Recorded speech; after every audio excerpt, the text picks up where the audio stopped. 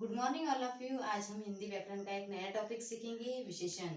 विशेषण किसे कहते हैं? सबसे पहले हम विशेषण की डेफिनेशन देखेंगे।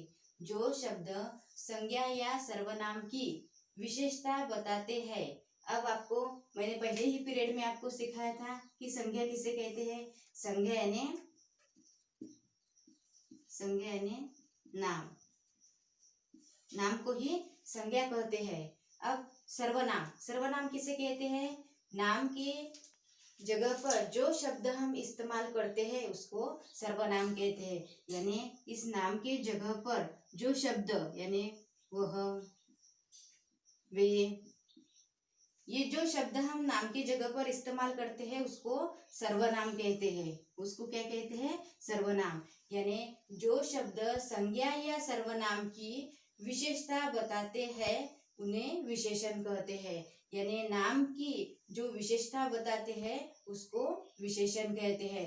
एग्जाम्पल में हम ले सकते हैं, आम मीठा है। आम मीठा है यानी आम क्या है? संज्ञा है।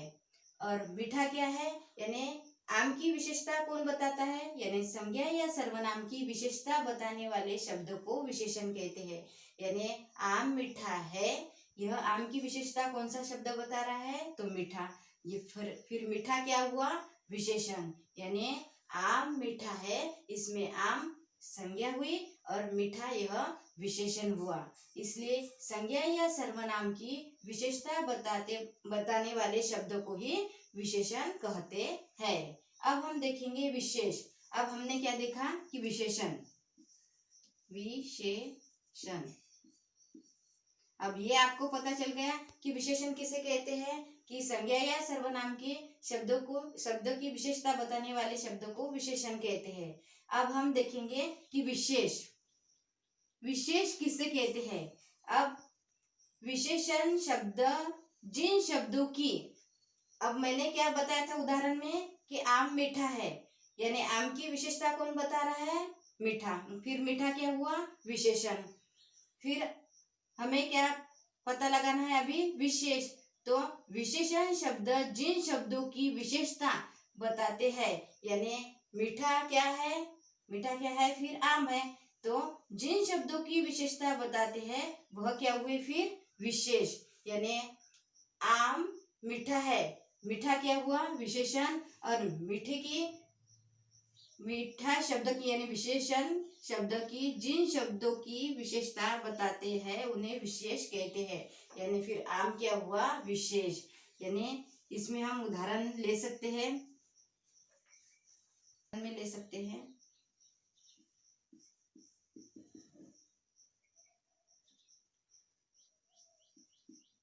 काला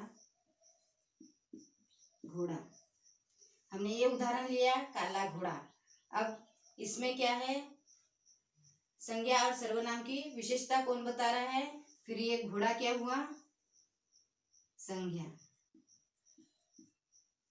और इसकी विशेषता क्या बता रहा है? घोड़े का रंग कैसा है? काला।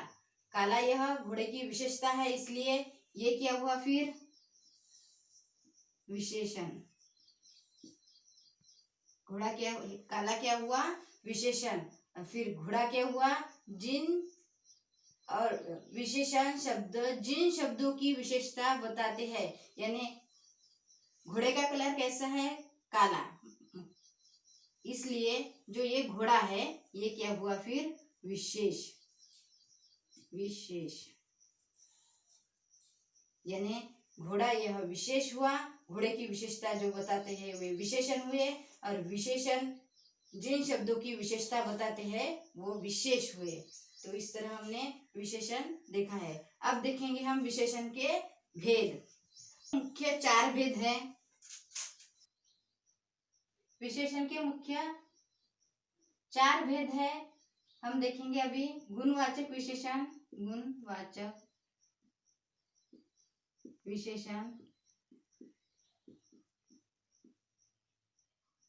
संख्यावाचक विशेषण, और तीसरा है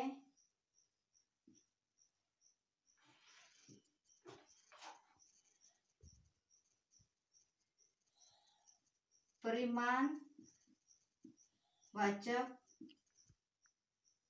विशेषण। और चौथा है सार्वनामिक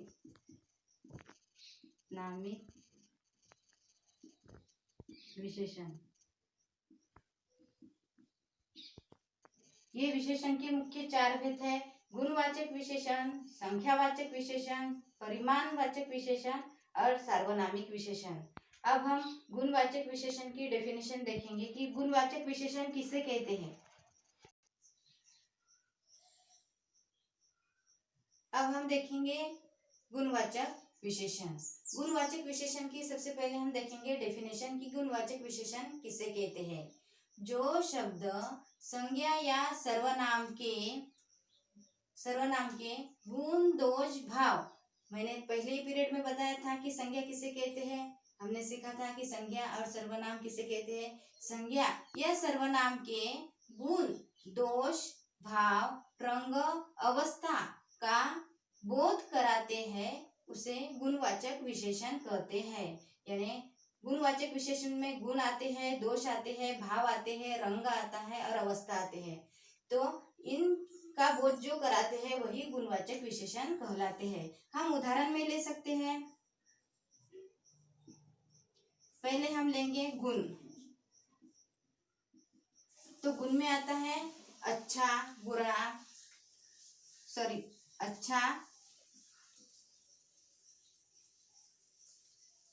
अच्छा, सुंदरता। ये क्या हुई? सुंदरता। ये हुआ गुण। गुणवाचक में अच्छा, सुंदरता आता है।